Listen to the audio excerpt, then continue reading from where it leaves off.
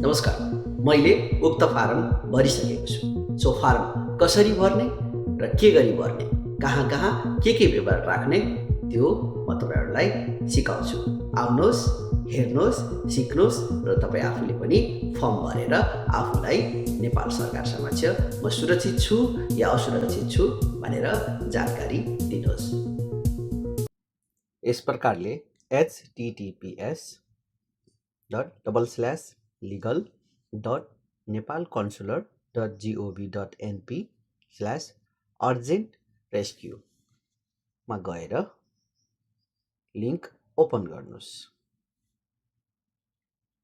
Link open गरिसकेपछि तपाईँले विदेशमा बसोबास गर्ने नेपालीहरूको अवस्था सम्बन्धी विवरण फारम भनेर यस प्रकारले एउटा डायग्राम आउँछ। राहदानी नम्बर र जन्ममिति, आफ्नो राहदानी नम्बर, पासपोर्ट नम्बर यहाँ लगाउनुहोला। यहाँ आफ्नो पासपोर्ट नम्बर लगाउनुहोला र यहाँ आफ्नो जन्ममिति लगाएर सेट गरिदिनु होला।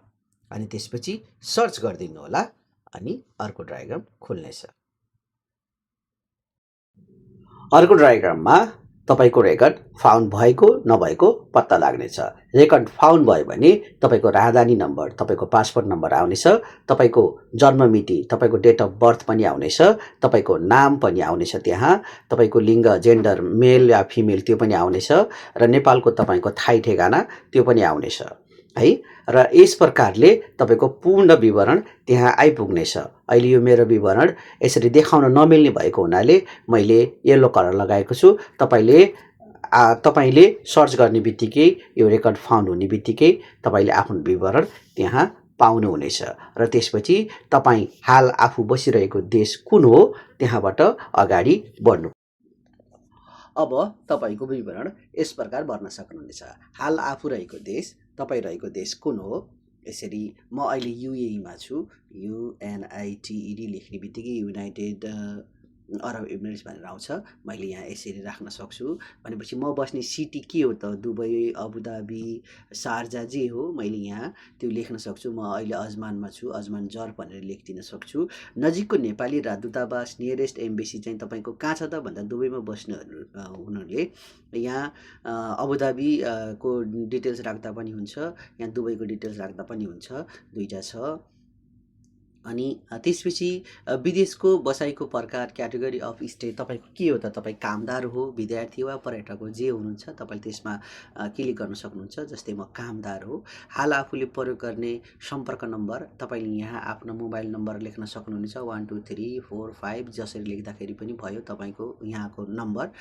त्यसपछि गएर तपाई कम्पनी, संस्था वा होटलको नाम, तपाईको कम्पनी या संस्था वा होटलको नाम के हो त्यसरी चाहिँ नि आफ्नो कम्पनी वा संस्था होटलको नाम राख्न सक्नुहुनेछ।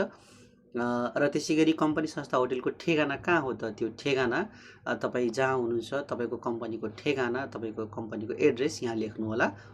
र त्यसैगरी कम्पनी, संस्था वा होटलको इमेल एड्रेस, तपाईको कम्पनीको इमेल एड्रेस छ भने तपाईले यहाँ तपाईको कम्पनीको इमेल एड्रेस पनि हाल्न सक्नुहुनेछ।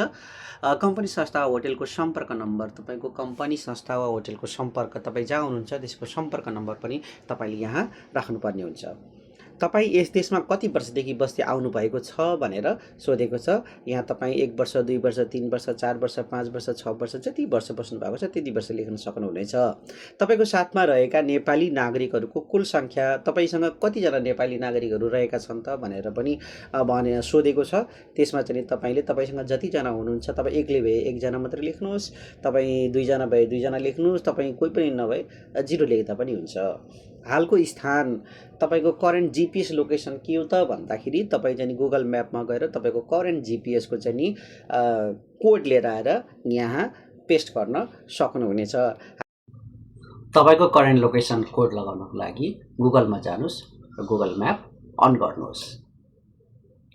गुगल म्याप अन गर्ने बित्तिकै तपाईको करेन्ट लोकेसन यो ब्लू डटमा देखाइरहेको हुन्छ र तपाईले त्यो करेन्ट लोकेसनलाई क्लिक गर्नुस्। यो लोकेसन र तपाईको त्यो एक्ज्याक्ट लोकेसन त्यहाँ आउँछ र त्यसपछि स्क्रल गरेर तलसम्म जानुहोस् र स्क्रल गरेर तल गइसकेपछि तपाईको प्लस कोड भनेर आउँछ।